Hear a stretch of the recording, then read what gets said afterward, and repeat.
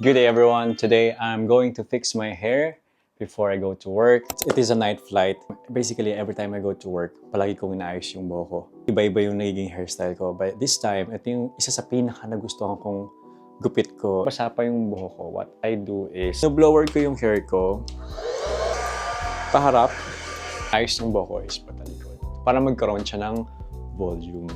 So, let's do this.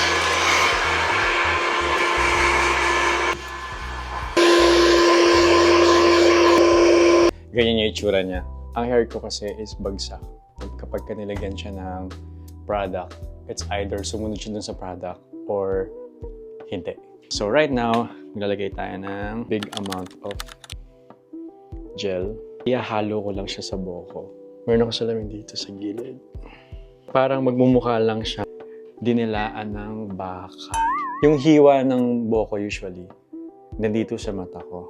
Sa papunta dito, kabila, dito sa right side. Naangat ko ng ganyan yung buhok ko.